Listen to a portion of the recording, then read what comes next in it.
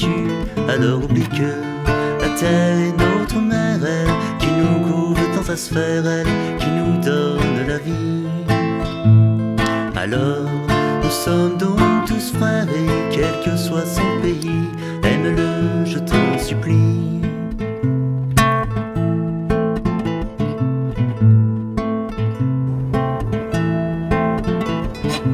Une petite chanson pour toi, l'ami qui a cette folie. Mathilde, je suis Communication Officer pour SOS Méditerranée, je suis française, je travaille pour SOS Méditerranée depuis octobre 2016 et je vous accueille maintenant à bord du bateau Aquarius, le bateau de sauvetage qui opère depuis février 2016 en Méditerranée centrale et qui a sauvé près de 30 000 personnes depuis 28 mois d'opération en mer. Suivez-moi. Alors Marseille, en fait, on est venu 2 ans après le premier départ de l'Aquarius du port de Marseille, parce que l'Aquarius est parti pour la première fois en février 2016 du port de Marseille vers la zone de sauvetage pour sa toute première mission de sauvetage. Et aujourd'hui, 2 ans après, se retrouve à devoir revenir un peu à la maison pour une escale technique. En fait, on est arrivé surtout pour une escale technique après s'être vu refuser l'entrée dans le port de Malte pour une simple escale technique, c'est-à-dire un approvisionnement, un changement d'équipage qu'on fait normalement toutes les 3 semaines. Malte nous a fermé les portes. On a compris qu'on n'était pas les bienvenus en Italie parce que l'Italie nous avait fermé les portes alors que nous avions 630 réfugiés à bord tout début juin.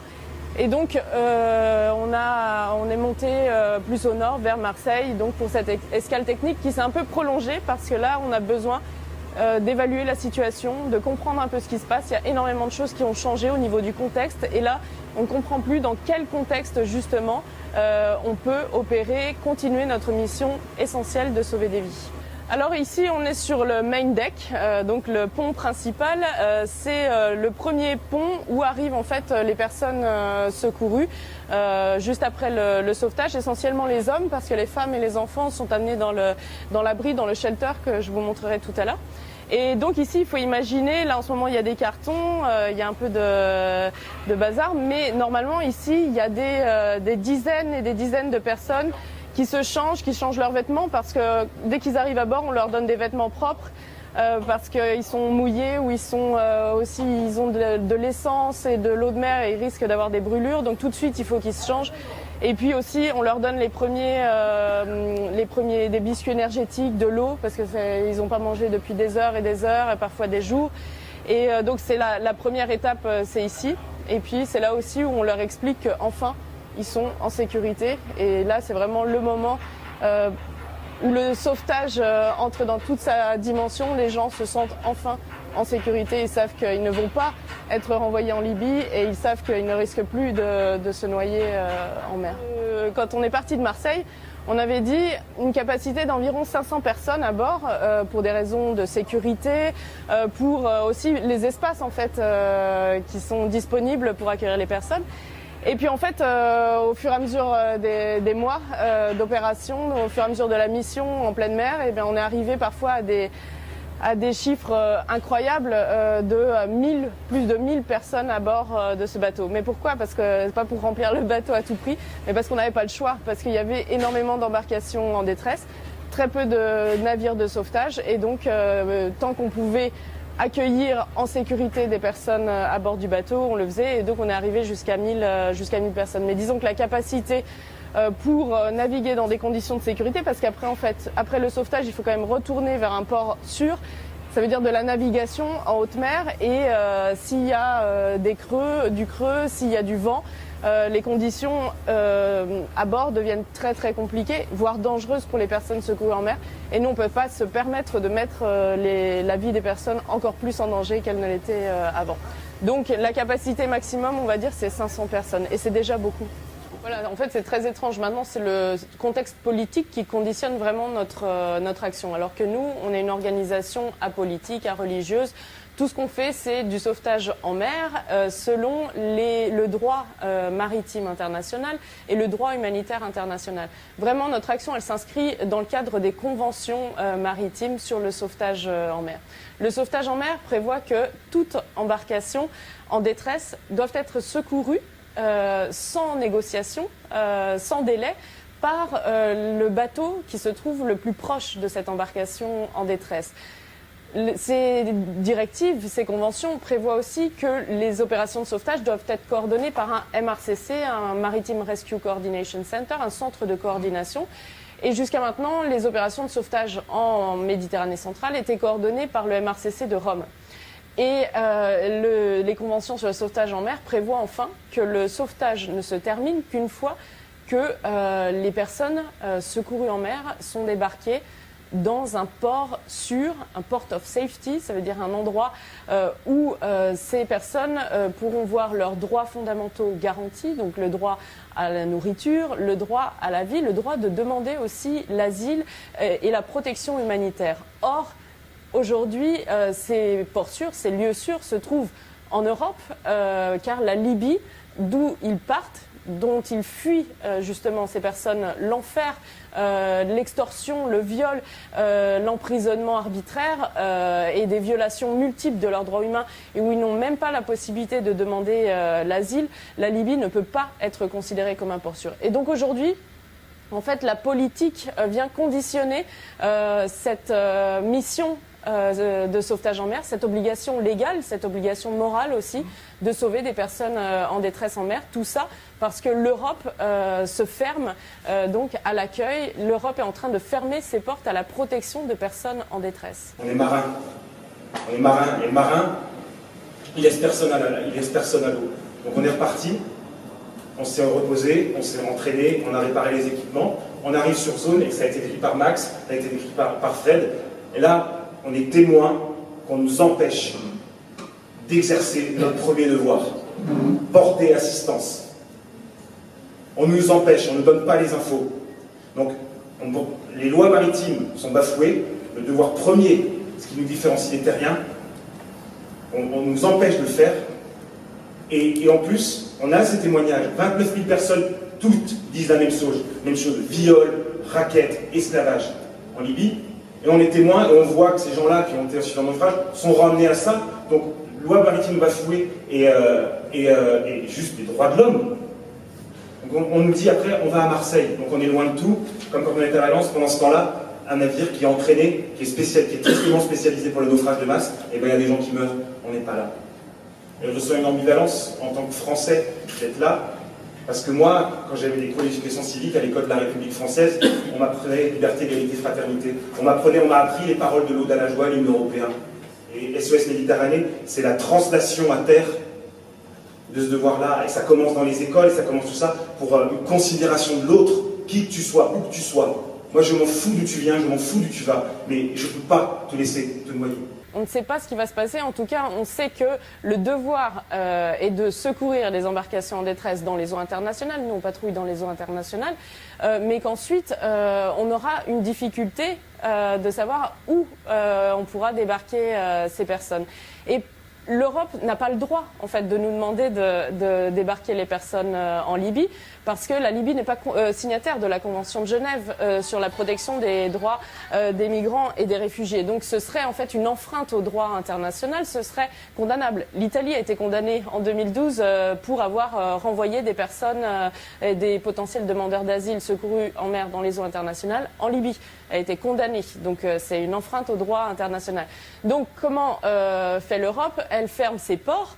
Et en même temps, elle délègue la responsabilité du sauvetage aux Libyens, aux gardes-côtes libyens, qu'elle forme, qu'elle équipe avec des bateaux rapides. Et donc, les Libyens se voient confier la responsabilité de la coordination du sauvetage en mer, se voient confier la responsabilité donc de désigner des ports de débarquement pour les personnes secourues en mer. Et donc, en effet, dans le cas où on se retrouve dans un sauvetage coordonné par les gardes-côtes libyens, ce seront les Libyens qui pourraient nous demander de débarquer les personnes en Libye. Sauf que nous, c'est une ligne rouge que nous ne franchirons pas.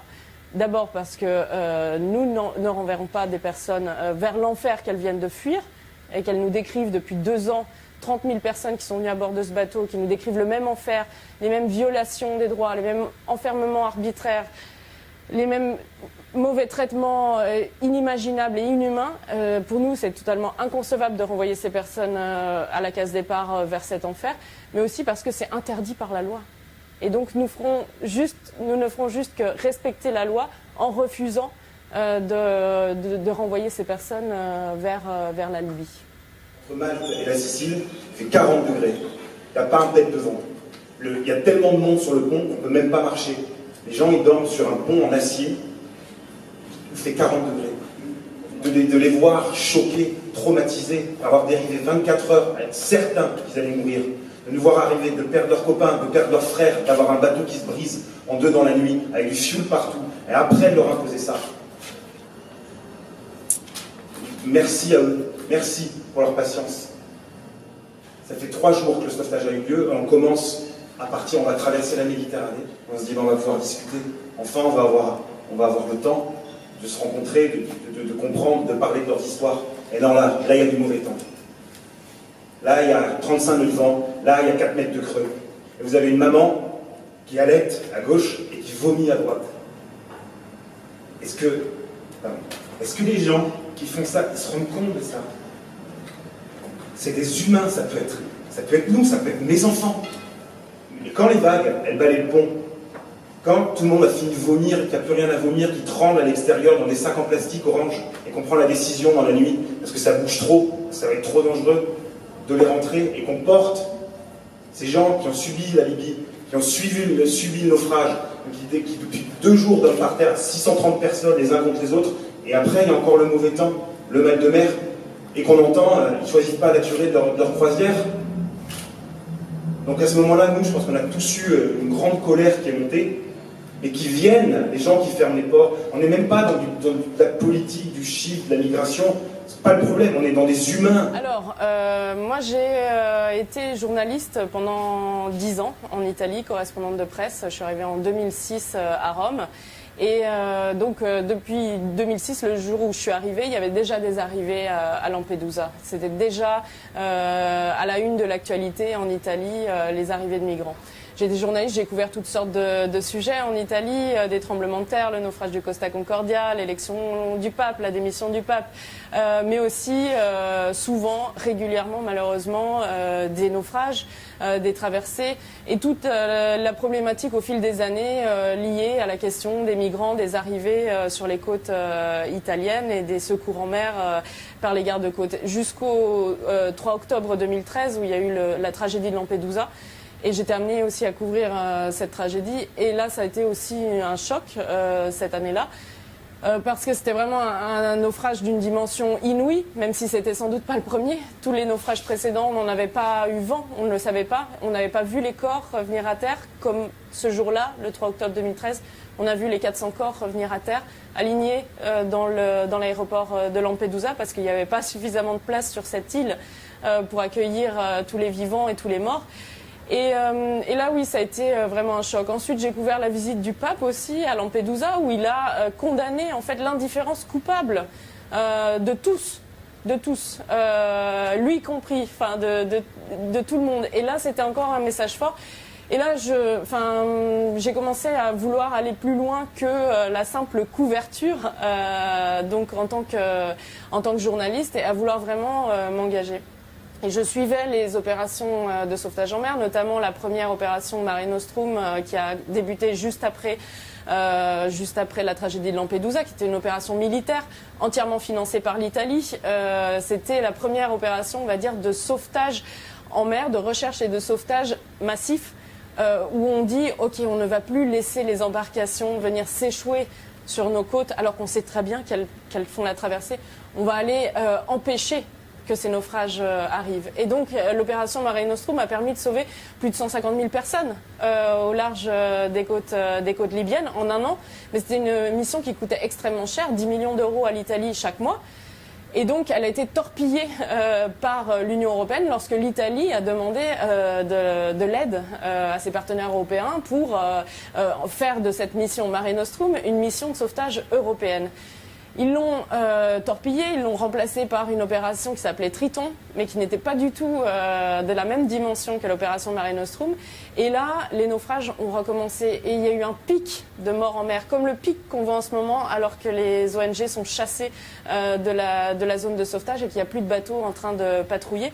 Donc là, on voit un peu, et je vois particulièrement une forme de retour, en fait, de retour à après 2013, après Lampedusa, après à ce moment où on avait dit plus jamais ça. On avait dit les dirigeants européens devant les corps alignés dans l'aéroport de Lampedusa avaient dit plus jamais ça. Aujourd'hui, on est en train de se retrouver face à la même situation. Et ça, c'est pas possible.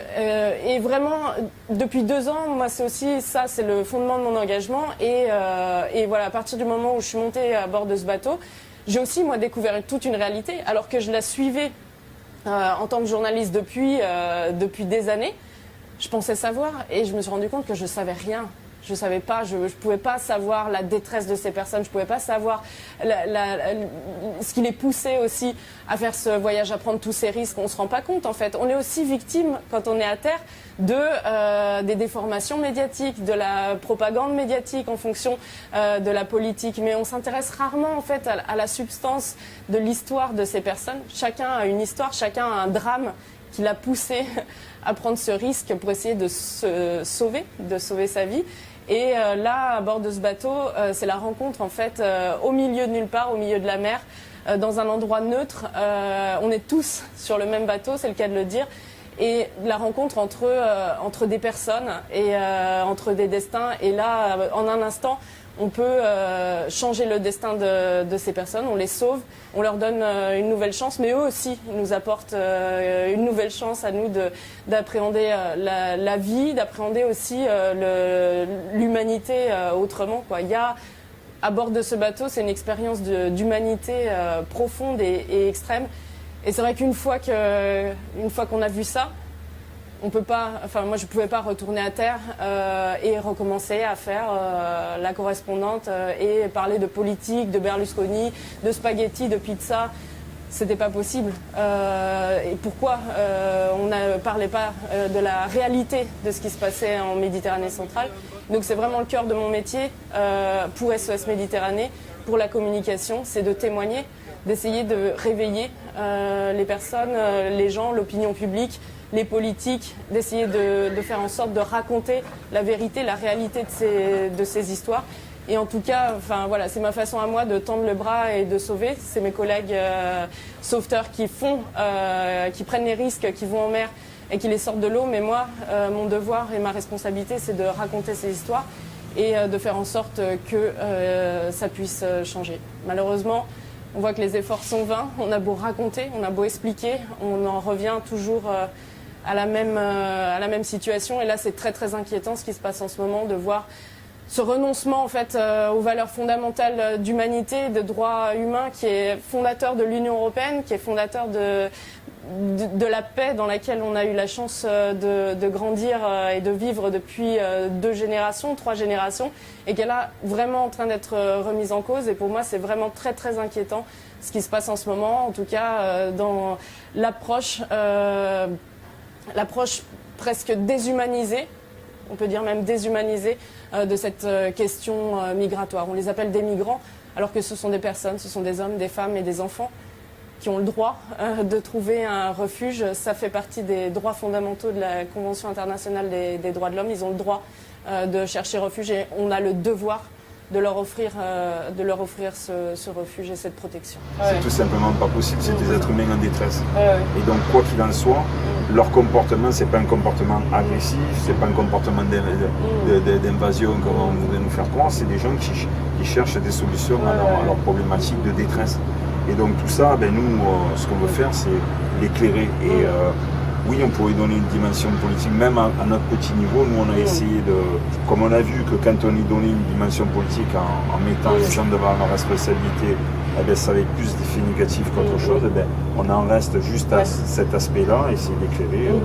Dans les Alpes, ça se passe beaucoup mieux que dans les Alpes-Maritimes. Donc du coup, on a été beaucoup plus prudent pour que finalement, ce qui se fait sans se dire, etc., ça puisse continuer à se faire. Et donc c'est...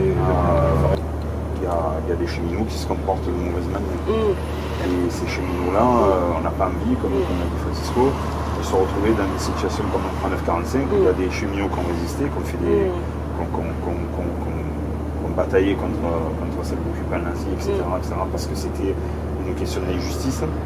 et d'autres cheminots qui ont laissé faire. Et là aujourd'hui on regarde quand même qu'une fois que toute cette imprégnation et cette conscientisation elle s'est estompée avec le temps, avec la perte de repères, on a gommé un certain nombre de choses parce qu'il faut passer à autre chose, etc. Ben, on revient dans des vieux réflexes et donc tout ça nous on ne veut pas le laisser faire. Et on se retrouve avec des situations humaines très particulières. Il y a des cheminots qui ont découvert des gens, et alors on ne nous a jamais donné la typologie des personnes qui ont été retrouvées, mais des gens électrocutés dans des armoires électriques. Donc ces gens électrocutés dans des armoires électriques, on a voulu savoir si c'était des ados, si c'était des adultes. On ne nous a jamais donné parce qu'on ne veut pas justement que la dimension humaine nous soit rapportée pour qu'on ne puisse pas éclairer le plus grand nombre en disant voilà, c'est des êtres humains. Tout simplement des êtres humains, des enfants seuls, tout ça. Moi quand j'ai écrit au préfet des Alpes-Maritimes, c'est pour lui dire vous êtes en train de bafouer le droit international sur les droits de l'enfant. Vous ne pouvez pas le faire. Alors moi c'est Clément Turel, j'ai 26 ans et je suis à bord de l'Aquarius depuis 2 ans maintenant. Dès le départ de l'Aquarius, la première mission. C'est le côté humanitaire et ça m'a toujours plus ou moins attiré. Et en plus de ça c'est sur un bateau et je suis marin, du coup humanitaire sur un bateau, c'était parfait pour moi. Et c'est une opportunité que j'ai eue à un moment où je pouvais être disponible pour cette action et je me suis engagé depuis j'y suis resté. Là c'est ma 5e campagne à bord, donc c'est la 5e fois que je viens pour 2 mois à bord.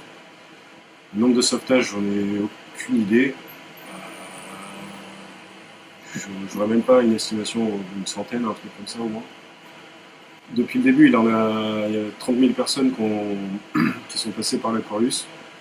Je ne sais pas exactement les chiffres, mais c'est une grosse majorité de personnes dont on a fait nous-mêmes le sauvetage et une certaine partie de personnes qui sont arrivées, qui ont été sauvées par d'autres bateaux et qui ont été transbordées sur la nôtre ensuite. Mais du coup, ça fait 30 000 quand même. Un gros chiffre. C'est beaucoup, 30 000 vies sauvées en 2 ans, oui, c'est beaucoup.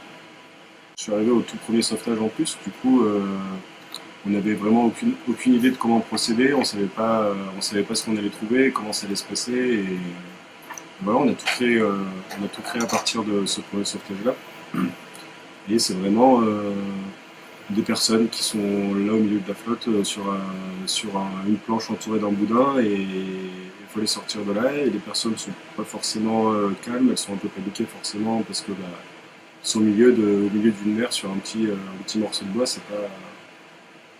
Enfin, en tant que marin, j'irai jamais sur un bateau comme ça pour essayer cette traversée.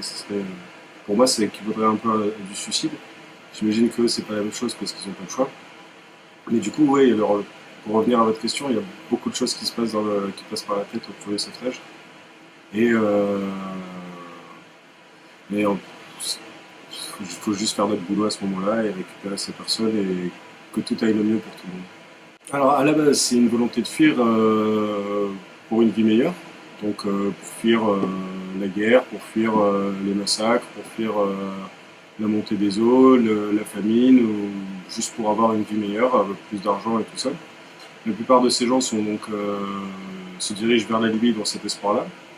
Il y en a quelques-uns qui dès le début se dirigent vers l'Europe dans l'espoir d'aller en Europe. Il y en a beaucoup qui sont passés par la Libye en pensant trouver une terre riche d'accueil et avec du travail, qui au final n'en trouvent pas du tout et sont envoyés dans des camps et puis après sont envoyés sur la mer pour aller en Europe. On a souvent entendu le terme de bateau de Dieu, c'est le surnom qu'ils donnent à ces bateaux, c'est une fois qu'ils nous montent dans ce bateau, c'est à Dieu de décider s'ils vont vivre ou mourir. C'est eux-mêmes qui nous disent ça, du coup c'est pas une chance sur 2, mais pour eux c'est en fonction de Dieu s'ils veulent ou non. Et c'est vraiment c'est du hasard. Soit ils auront la chance d'être récupérés, soit juste disparaître. Pour ceux qui partent d'eux-mêmes dans ces bateaux-là, faut s'imaginer justement, il y a des familles entières, il y en a des personnes normales, des jeunes hommes normaux, mais aussi toutes ces femmes, comme vous dites, qui ont leurs gamins en bas âge et qui sont prêts à se mettre dans cette situation, à se mettre en péril comme ça, pour avoir une vie meilleure. Donc, ça montre quelle est l'importance pour ces gens de partir, se mettre dans des situations pareilles, s'ils savent qu'ils vont se mettre dans ces situations pareilles, c'est vraiment qu'il y a un besoin de partir, une nécessité. Comme par exemple, c'est les Érythréennes et Somaliennes en général nous expliquent qu'elles se font placer un stérilet avant de partir, parce qu'elles savent très bien tout ce qu'elles vont subir le long du trajet. Du coup, et en arriver là, c'est vraiment qu'il y a un besoin, une nécessité de partir. C'est vraiment, pour être prêt à subir de tels trucs, il faut vraiment avoir envie de partir. Vraiment. Oui, je vais continuer. Tant qu'il y aura SOS, je continuerai. Pourquoi? C'est important, on sauve des vies quand même. C'est beau comme boulot. C'est plutôt bien. C'est un boulot? C'en est devenu un.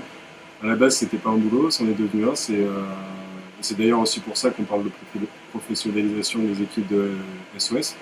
Le fait qu'on puisse revenir assez régulièrement et avoir les mêmes équipes plus ou moins, ou du moins les mêmes personnes qui tournent dans nos équipes,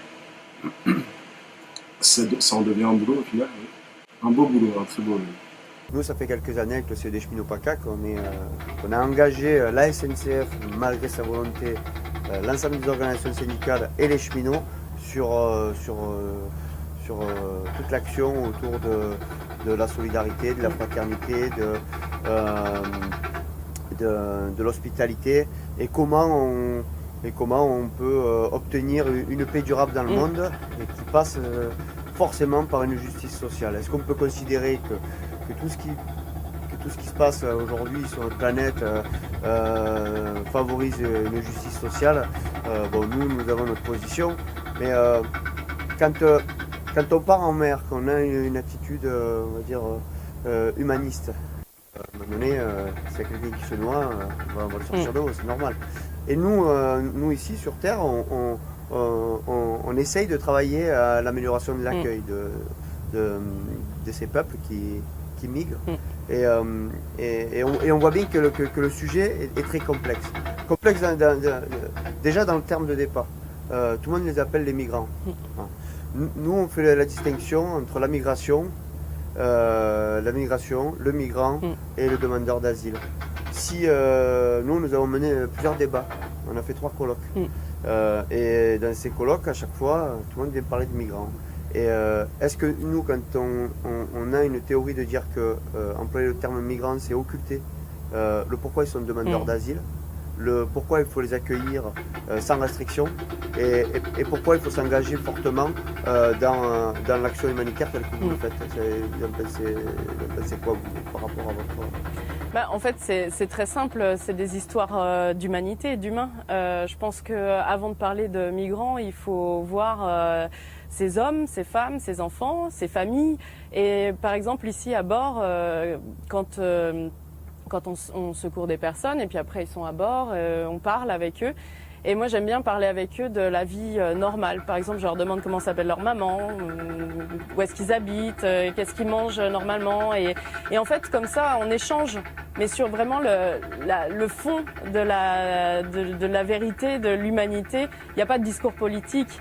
Il n'y a pas de jugement sur pourquoi est-ce que tu avais le droit de venir et moi est-ce que j'avais le droit de te tendre la main et de te sauver. Et voilà, non, c'est tout simple. C'est juste on est 2 humains, on a chacun un papa et une maman et une histoire et comme ça on échange et c'est vraiment des histoires humaines. Et je crois que c'est là où il faut revenir vraiment à ça en fait. Il faut s'asseoir et écouter les gens. Et parce que aussi quand on s'assoit et on écoute les histoires qui ont amené ces personnes à prendre tous ces risques, à parfois faire courir ces risques à leurs propres enfants, et pour arriver jusqu'ici, chercher la protection, je crois que là, ça nous ouvre, ça ouvre toutes les portes, ça ouvre tous les horizons. Et on comprend vraiment. Il nous viendrait pas à l'idée de fermer notre porte à une maman avec un bébé si elle venait frapper en bas de chez nous. Non, on lui donnerait quelque chose à manger, on lui demanderait si elle a besoin d'aide, on essaierait de faire ce qu'on peut.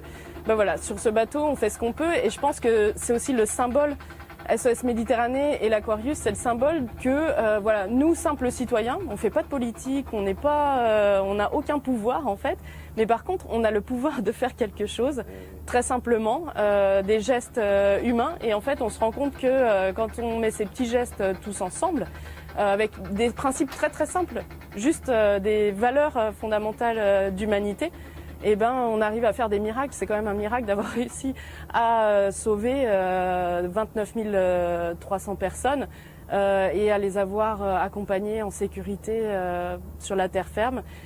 Et ensuite, évidemment, le parcours n'est pas terminé pour elles. C'est pas simple, mais en tout cas, voilà, on a réussi à les sortir d'affaires à un moment, en étant de tout simples citoyens, sans faire des grands discours, parce que nous, on n'a pas le temps de faire les grands discours, en fait. Dès qu'on a fini un sauvetage, on repart en mer, sauver d'autres personnes. Et les grands discours, on les laisse faire à terre. Et en attendant, pour l'instant, ils n'ont pas produit énormément de résultats. Vous avez conscience que sur Terre, c'est-à-dire votre action on va dire, de justice sociale que vous menez à travers l'action humanitaire, est-ce que vous avez conscience que sur Terre, il y a les mêmes? Il y a des gens qui transgressent les directives, les lois, pour accueillir toute clandestinité, et c'est fou de le dire en 2018, en toute clandestinité sur le sol français où on va. Quoi.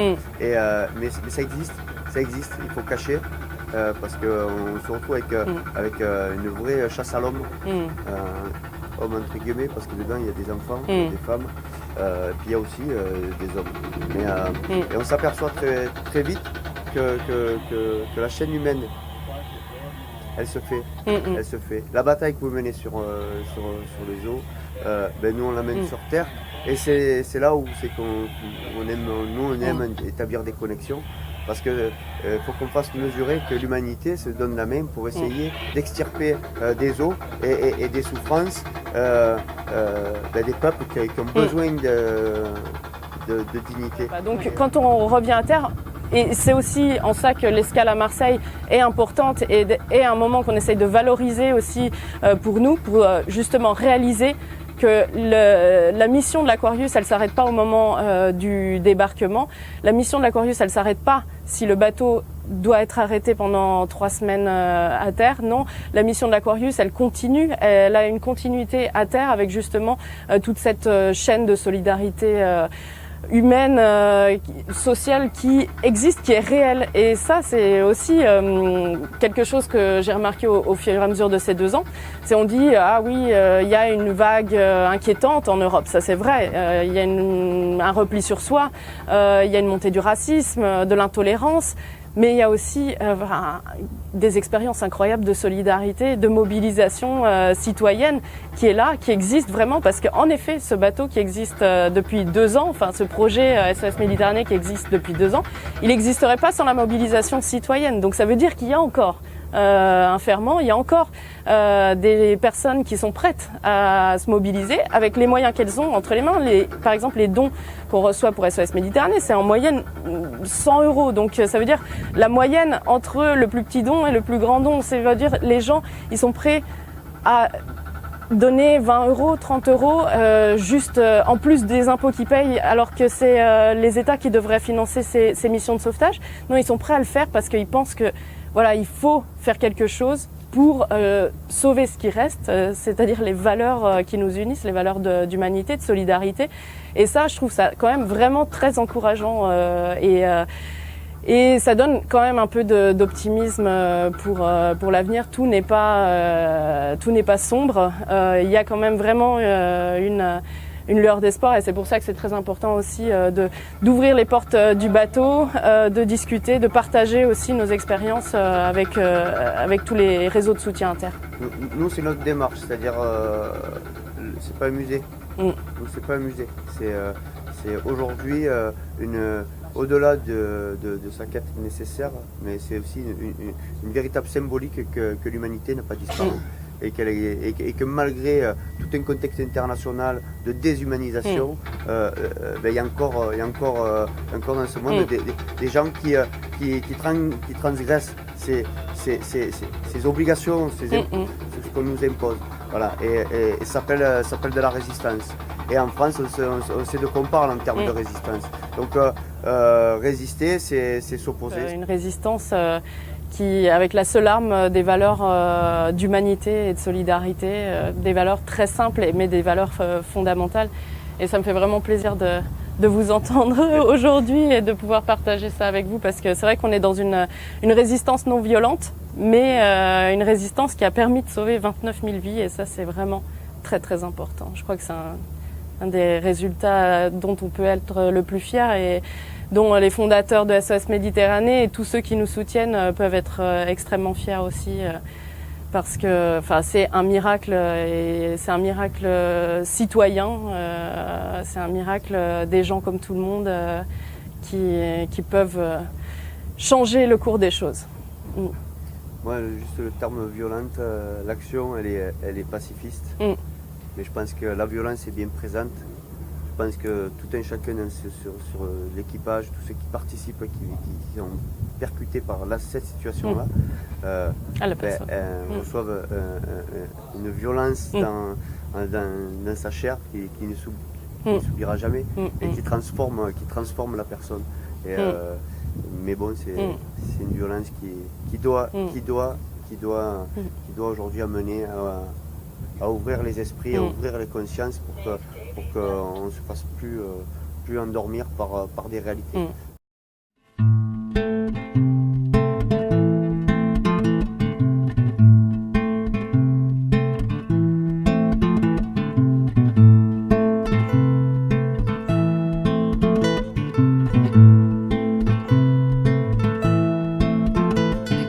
Une petite chanson pour toi, l'ami si fier de ton pays. Et tu alors oublie que la terre est notre mère, elle qui nous couvre dans sa sphère, elle qui nous donne la vie. Alors nous sommes donc tous frères, et quel que soit son pays, aime-le, je t'en supplie.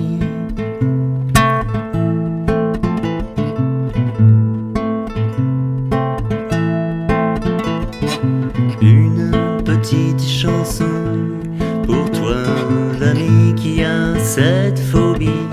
Et tu alors oublie que la terre est éphémère, elle qui bannit les frontières, elle qui profite de la vie.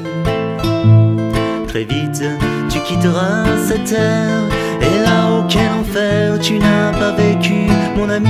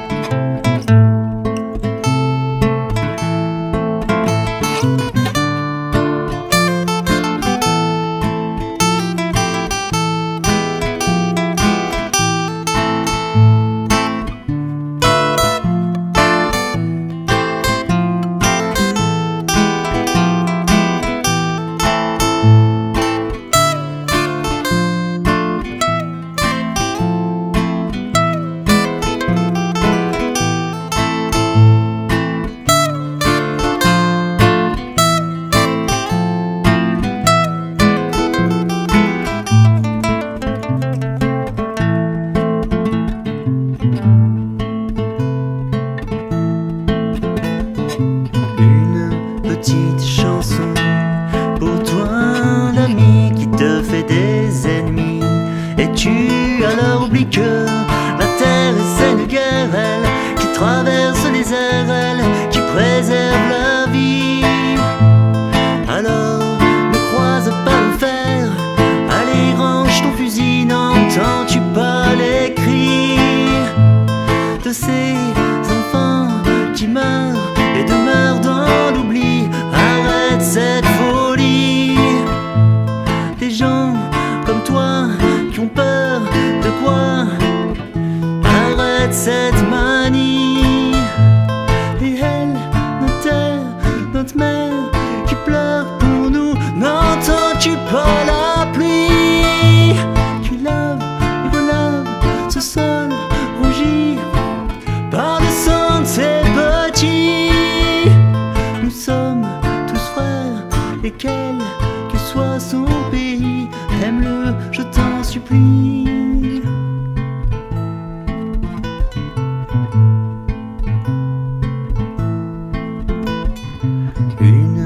petite chanson pour toi, l'ami.